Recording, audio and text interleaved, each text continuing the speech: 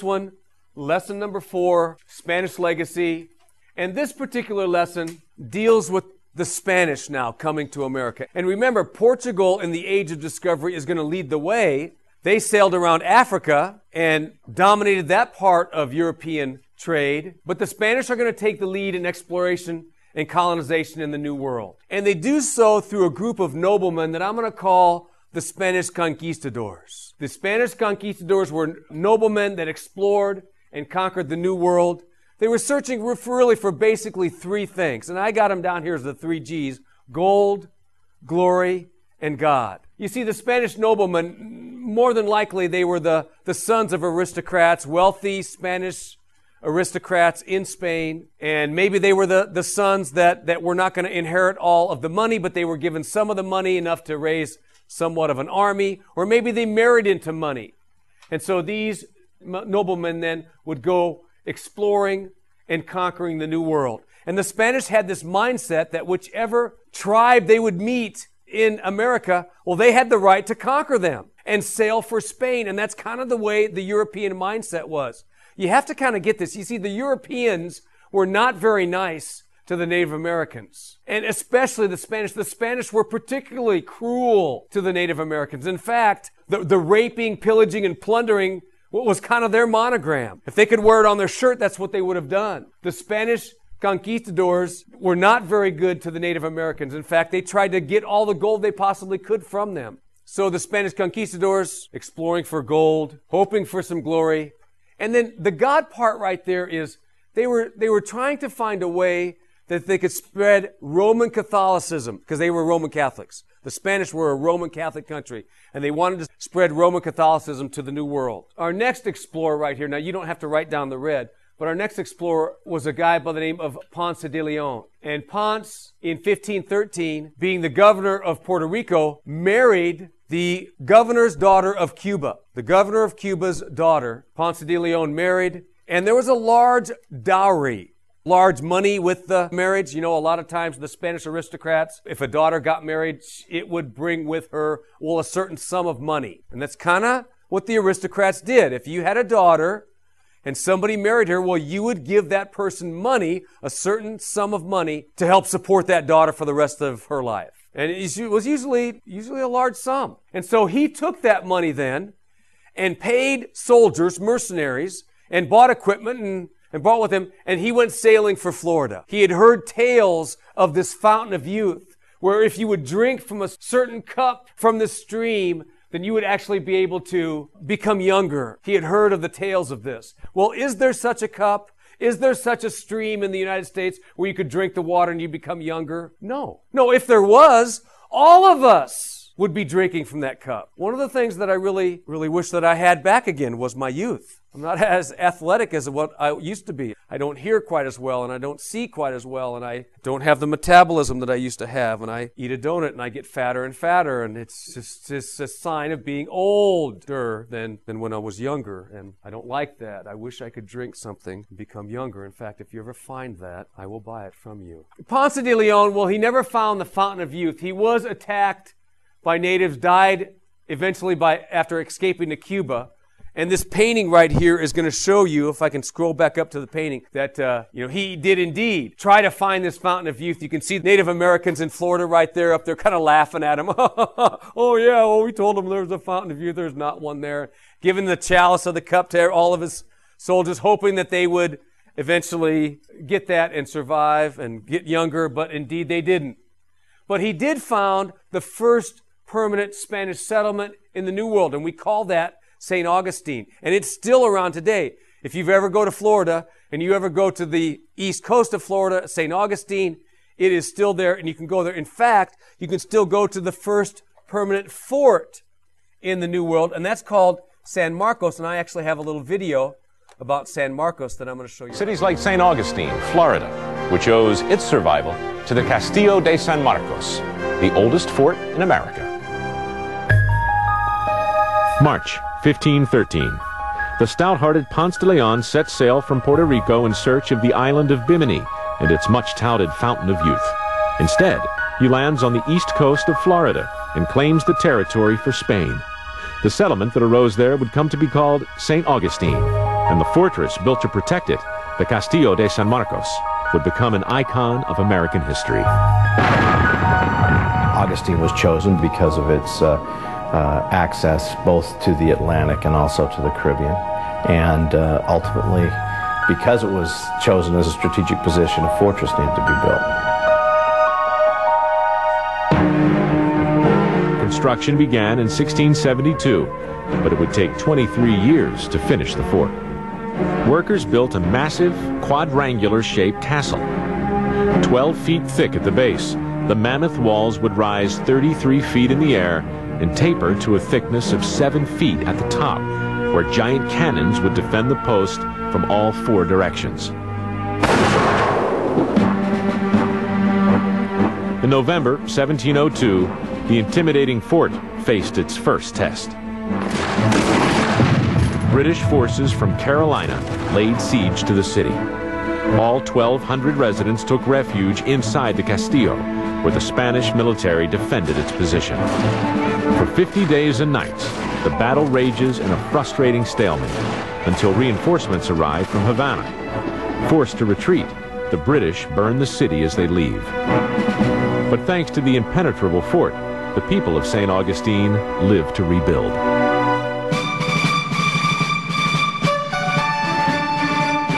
Over the next 200 years, various international treaties would pass ownership of the fort from country to country, from Spain to Britain, and then back to Spain again.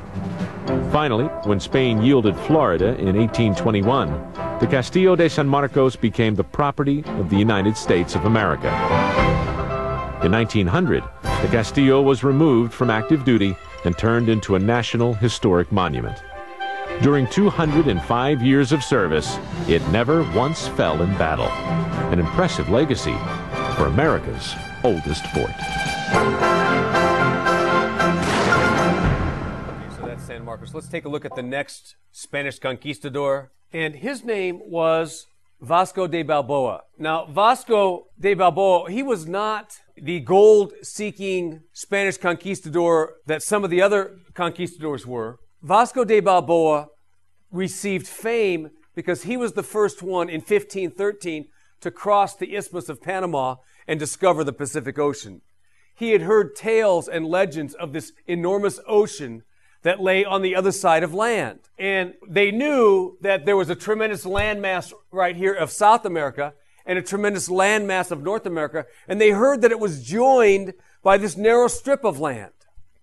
And we call any land that kind of joins two narrow strips of land an isthmus. That's the geographic term for it. And so Vasco de Balboa and his men crossed the 55 miles wide of land of the Isthmus of Panama, and he crossed and discovered the Pacific Ocean. Now, he named the Pacific Ocean the South Seas, but eventually a more popular name became the Pacific Ocean because people, when they saw it, they thought it was a very placid, which means, peaceful, a very placid or peaceful ocean. The name stuck. The Pacific Ocean name stuck.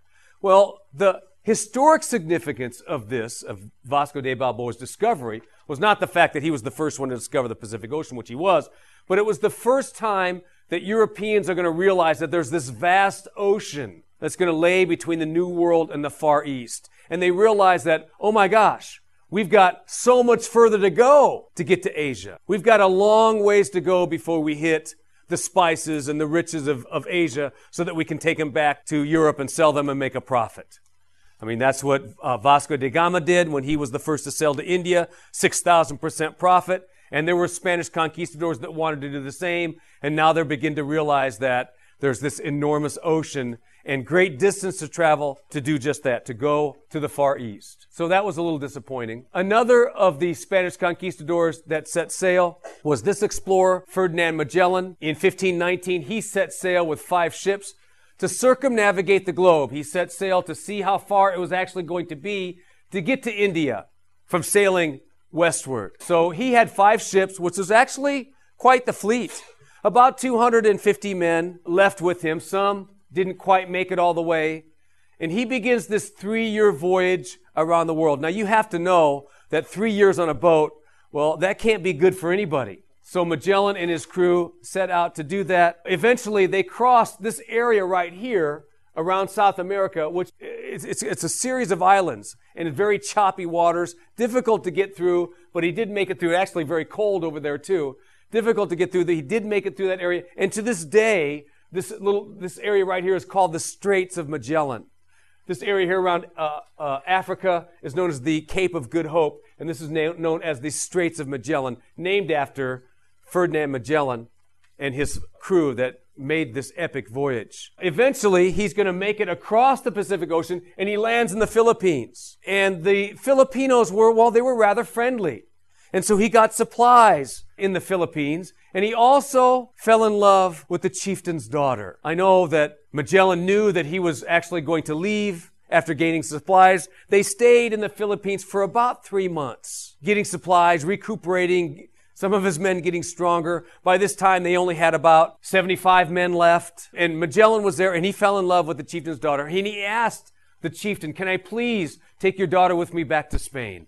We love each other, and we're going to have..." And the chieftain said, "No, you cannot have my daughter. You cannot take her back to Spain." And so, under the cover of darkness, Magellan kidnapped the daughter, his fiancée, his soon-to-be bride. He took her and headed for the ships, as well as the men did. And word got around, they woke up the chief, and the chief went after him.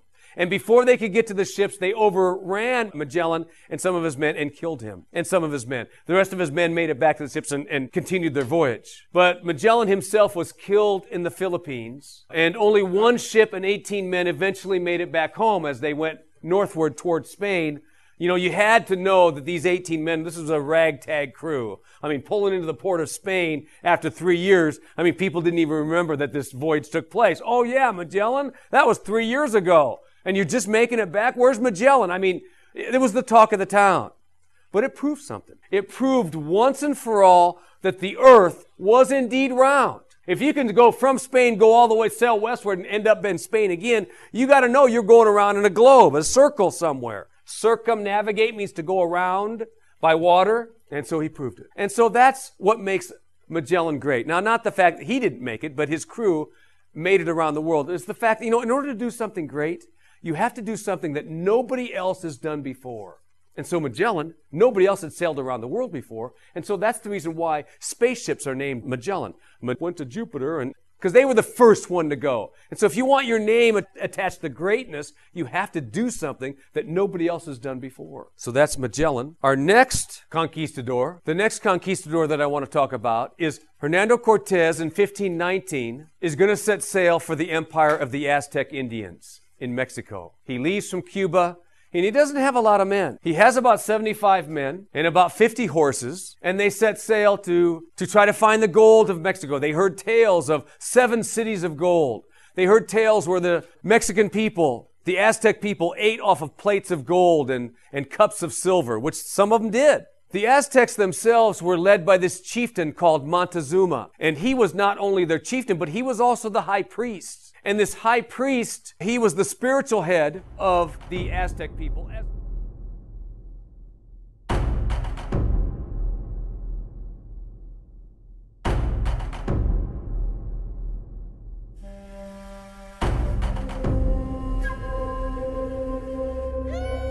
His first act as ruler was to invite his enemies to witness his coronation. On the day of his election, he drew blood from his body with the sharpened bones of jaguars and eagles. His decadent palace was surrounded by canals, plazas, and wild animals. There he would sit and drink spiced chocolate from golden cups.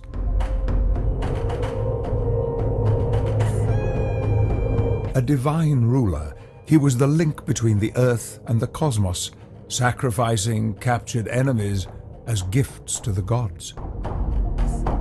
So powerful, no man could look him in the face. He was the head of the Mexica, or as we call them, the Aztecs. He ruled an empire that disappeared with the arrival of strangers from Spain, the conquistadors. The political head of the Aztec people. Now, the Aztecs were very advanced. They were an advanced civilization. They had an impressive architecture. They had calendar, had a pretty good fighting warriors. They were impressive. They built, tall temples that had step-like shapes to go to the top and things like that. And they also had this pagan religion with human sacrifice. And so human sacrifice, well, that's a little bit of a daunting religion. You're afraid of making the priest mad because, well, he might make you the human sacrifice the next time. And even neighboring tribes feared the Aztecs because they would have kidnappers go from tribe to tribe, kidnapping women and children, especially virgin women, and bringing them back and sacrificing them to their different gods. Well, that's not nice to the human civilization to sacrifice them to, and it's not nice to your neighbors. So they were mad at you. They didn't like you. And there seemed to be a darkness over the Aztec civilization, even though they were impressive in some of the things they accomplished in the 1,000 years that they'd been there. But there was that darkness of the pagan religion with the human sacrifice. I believe sometimes that Satan has a stranglehold on different countries.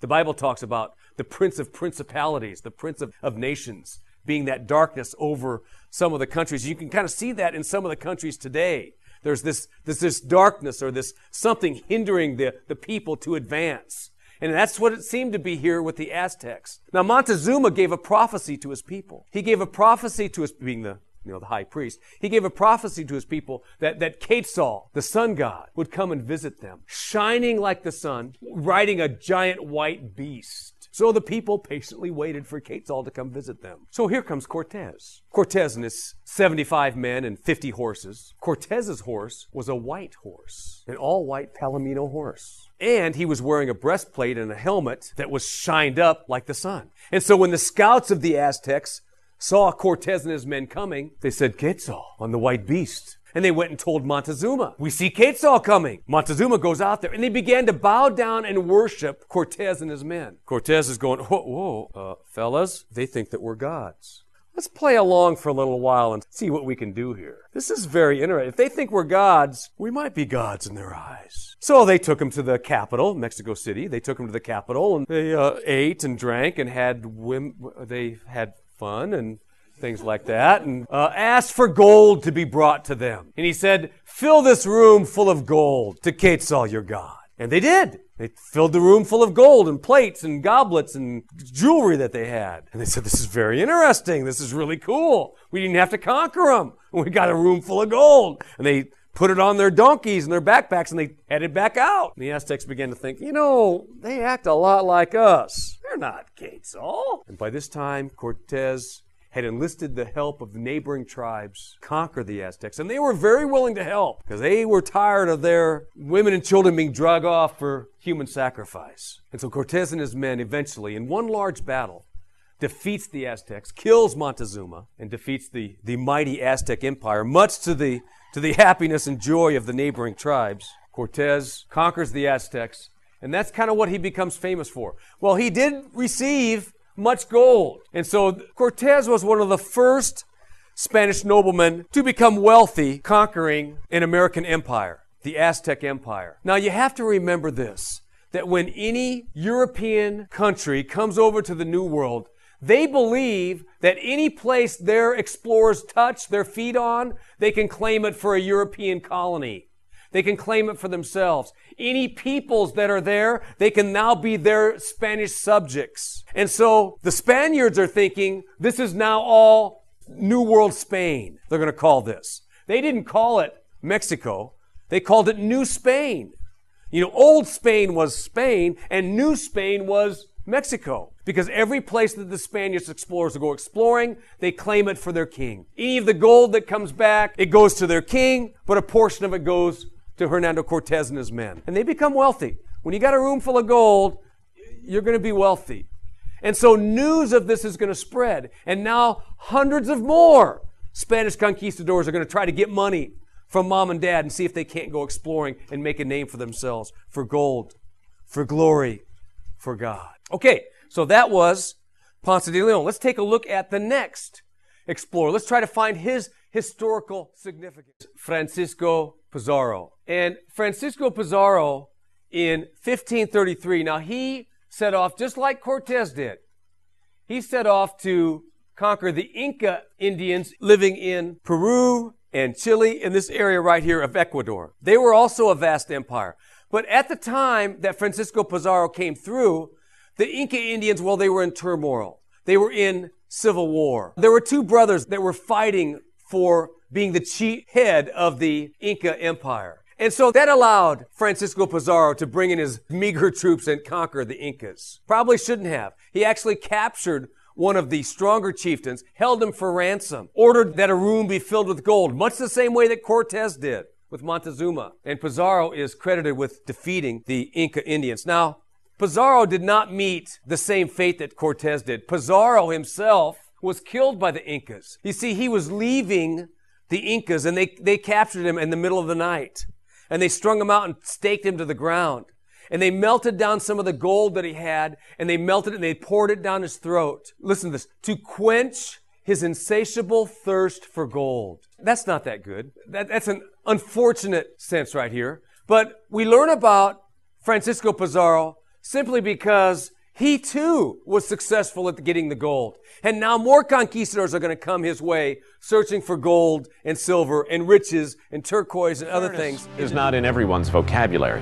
For some, treachery is the operative word. And treachery would destroy the Inca king Atahualpa, who paid history's highest ransom.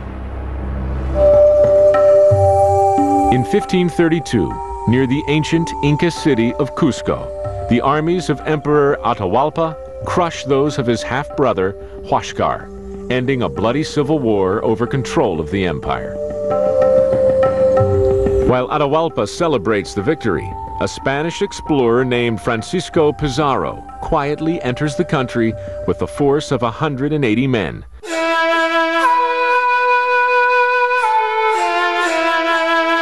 When Pizarro's troops reach the Inca city of Cajamarca, the cunning Spaniard feigns friendship, inviting Atahualpa and his tribe to a feast in the public square.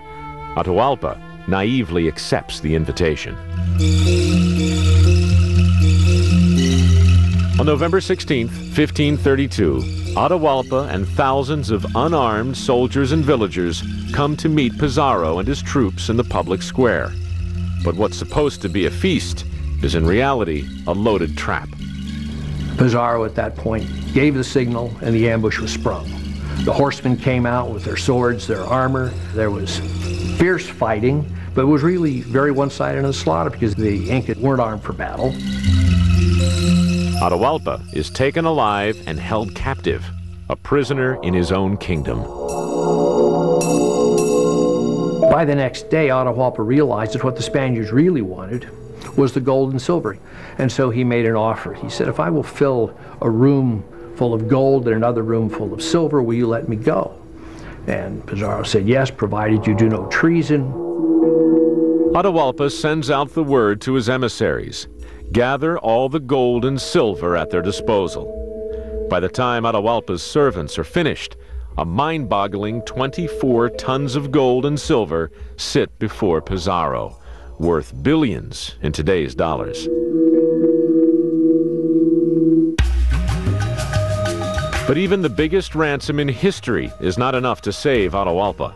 With gold in hand, a treacherous Pizarro orders Atahualpa burned alive at the stake.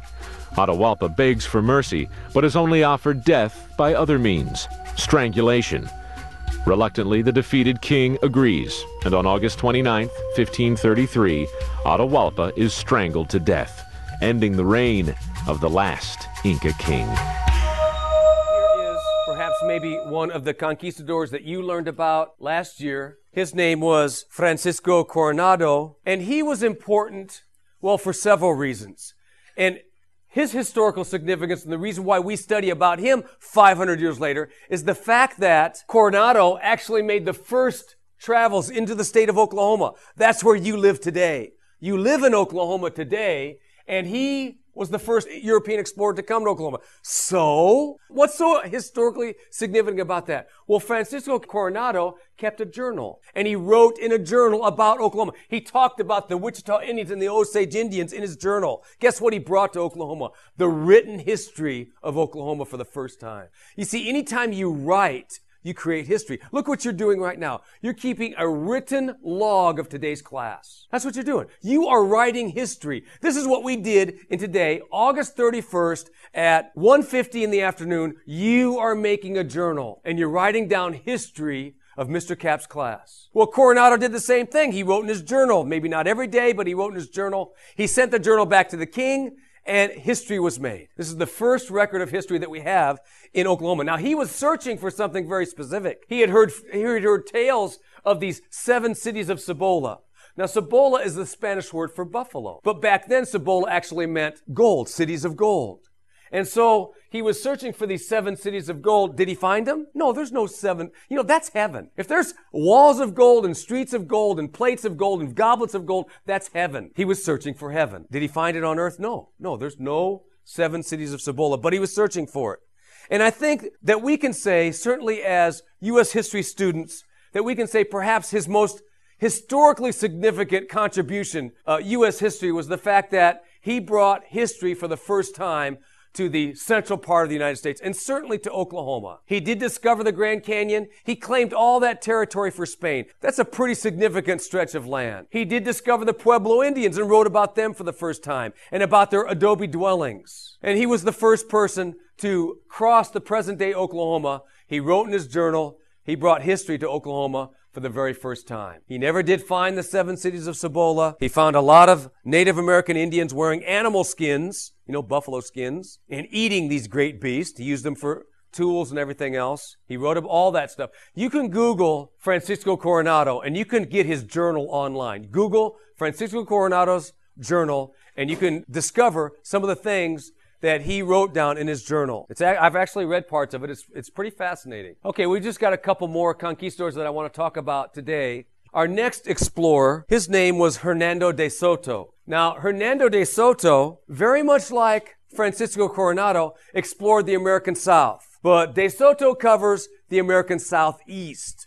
Coronado explored the American Southwest. And de Soto went up the western side of Florida, up into Tallahassee, actually traveled up through Mississippi. Actually, some people think into Tennessee, followed the Tennessee River a little bit, actually came over here to Arkansas and even into Oklahoma, crossed the Red River into Oklahoma for the first time, wrote about it in his journal, and then came down here to Natchez. And now what happened was that he had with him these great hunting dogs, Great Danes, great hunting dogs. And they were tall, big dogs. And they flushed the game out of the bushes and stuff like that. They'd shoot them with their guns or arrows. So that's pretty easy to do. But they found it was more fun, once they kind of got liquored up, they found it was more fun to sick the dogs on the Native Americans. So they'd see some, Indians walking down the trail, sick them. And dogs would they'd have to run for it. Yeah, it's kind of funny. Okay. Yeah, a little bit and that's exactly what happened. Well, they didn't like that. So under the cover of darkness, they attacked De Soto and his men, and they killed him. And so De Soto was killed here in the southern part of the United States. The rest of his men fled and went into Mexico. But that's Hernando de Soto. Now, what's the historical significance of him? Well, it's the fact that all of this territory right here is claimed for the King of Spain. The southern part of the United States and Mexico, and now Peru, and Ecuador, and Cuba, and all this area, it's all claimed for Spain because all of these Spanish conquistadors go exploring. Every place they put their foot, they claim it for the King of Spain. Look at what else he did. He not only explored that and discovered that, but in his journal, he saw for the first time the Mississippi River. And then anytime they see a river, they claim all the watershed of that river. Well, the Mississippi is an Indian term for the father of waters, which means it's the largest, river system on the continent. And so the Mississippi River and all the water that drained into it was claimed by the King of Spain now. So that's probably his historical significance. That's what we could say. So now Spain has control of Florida, Mexico, Cuba, the American Southwest, the American Southeast, the Mississippi River Basin, and the only thing that they have to do now is get California, and they're going to do that with another conquistador. His name is Juan Cabrillo. Now, Juan in 1542 is going to sail up from Mexico, up the peninsula of California, and right there where present-day San Diego is, he's going to found the settlement of San Miguel. And now, Spain has the claim of all of California now. He sails up from California past Los Angeles into San Francisco, and he's going to claim all of that territory for the King of Spain. It was just an enormous territory now that the King of Spain is going to control. And so the King of Spain at the time now, he's going to be the man that's going to control more territory on the planet than any other king.